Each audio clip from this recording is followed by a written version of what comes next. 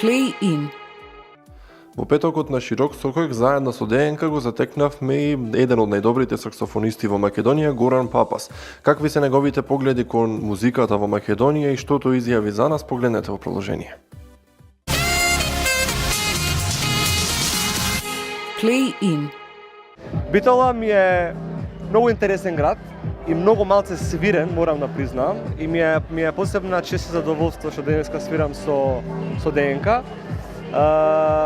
Чувството е многу убаво, морам да признам, бидејќи на крајов на летово го фаќаме во залез, малтене, и ќе видиме, мислам дека ќе пројдеме добро тука денес, па ќе видиме после свирка. Со Србија е многу интересно, бидејќи прво многу тешко да се влезе воопшто на тој пазар. Јас имав таа среќа да имам еден интересен менаџер кој што има жена македонка. Тоа е тоа, Балкан. И се најавме на фреквенција со Маки. Драган Максимович, меѓутоа Маки го познат како Маки, е доста познат букинг менаџер во Србија и е многу загреан да ме пробие на тој пазар. Оваа година имав 3 настапи во Србија. Последниот ни беше во Ивањица, тоа е едно многу интересно малечко градче, каде што уствари Бранислав Њушич е роден во тоа место и во негово че се држава тој фестивал, голем фестивал, трае 3 дена, големи имиња настапуваат. Оваа година беше Дарко Рундек истата вечер, прочем, на тој фестивал. Јас бев како на затварање на фестивалот и неофицијално и несебично, малце од моја страна можеби гордо, меѓутоа бев прогласен за настапот на фестивалот, бидејќи се направи многу убава журка. Ќе има едно кратко видео професионално таму, чекам да ми го пратат, па ќе ви го дам баш можеби на вашата телевизија премиерно да го имитувате во Македонија. Спомна дека настапуваш низ цела Македонија и спомна дека надвор од неа. Етен паралела да направиш една компарација помеѓу публиката таму надвор од Македонија и тука во Македонија. Како реагираат на музиката? Иронично е, меѓутоа тоа е исто кога српските изведувачи доаѓаат во Македонија. Нормално дека ние сме многу поевтини за разлика од нив, меѓутоа се што е од страна е подобро прифатено кога одиш негде. Тоа е непишано правило. Јас исто по себе знам, бидејќи сум охриганец, кога свирам во Охрид и кога свирам пример во Радовиш, како сум пречекан, или кога свирам во Македонија или кога свирам во Србија, не споредливо е, бидејќи самите срби како срби се поискусни во тоа што го работат и знаат подобро да те проценат и подобро да те дочекаат за да се осеќаш попријатно. Не викам дека во Македонија не сум добро прифатен и пречекан, меѓутоа само тоа што сум на гостински терен таму не се споредува со Македонија, дефинитивно. Така, свирите квалитетна музика веќе долго време. Сведоци сме на оној шумцел што ја нападна Македонија на некој начин, да речем. Колку е тешка борбата да се избори Македонија да ја пласира таа квалитетна музика? Јас имам среќа бидејќи сум инструменталист. Значи немам јазик, имам мелодија и мелодијата, извинете, многу гестикулирам по на микрофони. Малце сум возбуден. И ево сака се вака. Борбата што правиме? Значи, што е поентата? Поентата е бидејќи јас свирам инструментална музика и немам јазик. Значи, мојата музика ја разбираат и во Африка, и во Македонија, и во Америка. Проблемот со македонските артисти, главниот проблем е јазичната бариера. Значи, не разбираат, навистина не разбираат во Србија и во Хрватска и во Босна што сакаме да кажеме со македонскиот јазик. Не се фолираат, стварно не разбираат. Мислам дека јас со ова што го работам, со овој стил на музика, мислам дека многу полесно би ме прифатиле во Србија отколку во Македонија, а со шундот не знам дали да го наречам шунд, не можам да обвинам никој, бидејќи знаете како е тоа, тоа е многу просто. Пример, кога одиш во лудница, како нормален човек, во таа лудница ти ке си лудиот пошто си за нив луд, тие се меѓу нив нормални. И сега не знам дали во тој шунд ние сме паметните или сме глупите кои што не го прифаќаме тој шунд. За нас е шунд, меѓутоа за поглобалната маса е окей. Така што ипак е тоа прашање на вкус. Мислам дека не треба да се обвинува никој, бидејќи што се криви тие ако го сакаат, пример, да не наведувам имиња, и звезди, да не правиме реклама, иако нема потреба веќе се изрекламирани максимално. Мислам дека со тек на време етапно и периодично се ќе се знаете како, се има рок на траење. Така да и ова Изгледа долготрајно е. Долготрајно е, веќе трае 2 децении, меѓутоа мислам дека новите генерации веќе оценуваат што е добро, што е лошо. И лека по лека ќе се искорени тој момент и дека српските артисти ќе доаѓаат во Македонија, меѓутоа ќе се помалце ценети, помалце платени. Тоа нас не иритира артистите, бидејќи кај нас многу големи средства се издвојуваат за тие артисти, а за нашите артисти, ево и јас лично за себе, па и за ДНК нормално, малце не подценуваат во тоа. Ако ја во Србија можам да земам одредена сума на пари, можам да ја земам сигурно и во Македонија таа одредена сума на пари. Не дека ние бараме премногу, ние бараме нормално за се осеќаме ние добри како артисти. Сега, ама мислам дека веќе полека свеста работи кај градоначалниците и кај организаторите на овие фестивали, мислам дека за едно 5-10 години ќе профункционираме и ние. Важно е многу бидејќи ја олеснува премногу работата во комуникацијата со другите музичари. Да не подценуваме музичари кои што се неуки од музички аспект. Има многу врвни инструменталисти музичари кои што до ден денес не знаат ноти. Не знаат, меѓутоа свират безпрекорно добро и го владеат тоа што го работат. Јас за среќа имам целосно образование од 93-та па до 2010-та, значи добри 6, 8, 15 години образование, пак те удрив, многу мафтам. Навикнат. Да, нижам музичко кларинет во Охрид, средно во Скопје, факултет во Скопје. Сега здравје Боже планирам да запишам малце постдипломски, меѓутоа сакам да проучам некои други инструменти, ќе видам во кој правец ќе се движам. Образованието е многу битно. Не само за тоа што се наградуваш како музичар, туку се наградуваш и со музичари. Знаете, кога соработуваш професионално со музичари кои што се на твое ниво на образование, многу полесно оди целата комуникација и во компонирањето на истата музика и нормално и во изведувањето на музиката.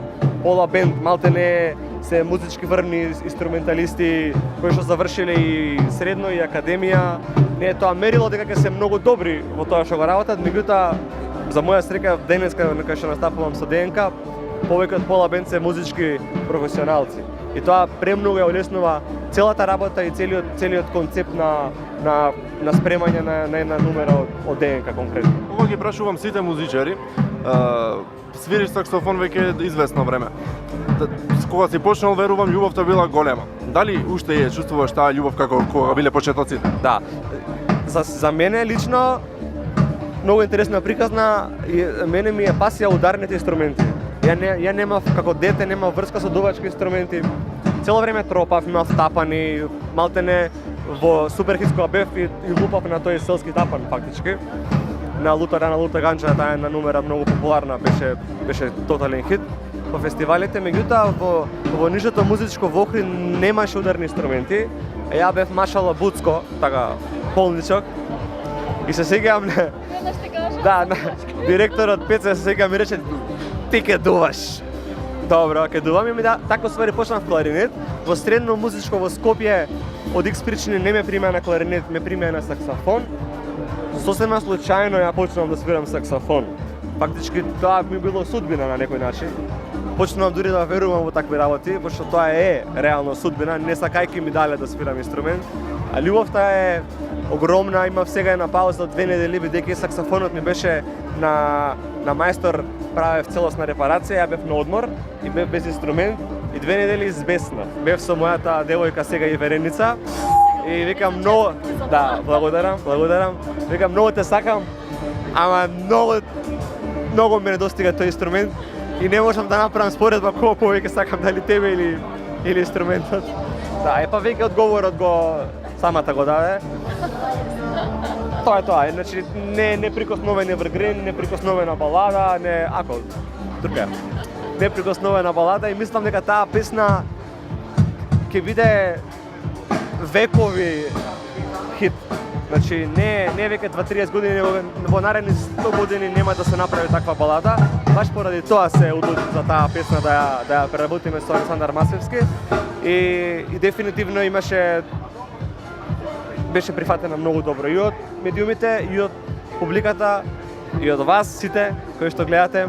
И ми е вистина драго и мислам дека во иднина ќе преработам не македонска, меѓутоа некоја српска или хрватска песна, треба добро да размислам. Да ја освежам исто како што ја освежив Сонце на три света. Мислам дека ќе направам нешто такво во. Дали може би да мислуваш за некој авторско дело твое снимено на саксофон?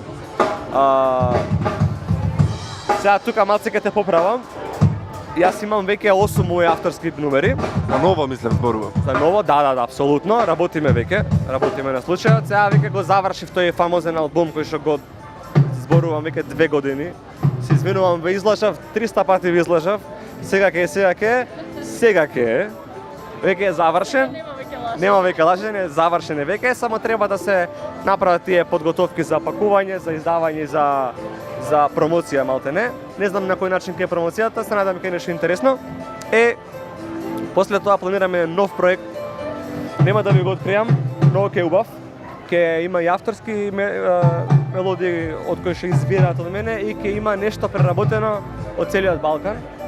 Значи ќе го опфатам цел Балкан, ќе пробам да го сполотам во една така убава љубовна жичка, романтична и мислам дека ќе е убаво. Па ево, скромно ќе кажам дека сакам да соработувам со Стинг. Ако слуша Стинг, случајно и македонски ако разбираш, те молам нешто. Барем поздрави ме во некоја песна. Шега на страна, тоа е желба сега. Ама од малино да го почитувам премногу, го сакам како артист, како човек, како историја, како начин на живот, како размислува како музичар и како човек нормално. И ми е неостварен сон да стапам во некаков контакт со тој човек, па макар да имам нешто малце вака да допрам до него и тој до мене и ќе умрам среќен. Фала ти посакувам успехи од мене. Фала многу.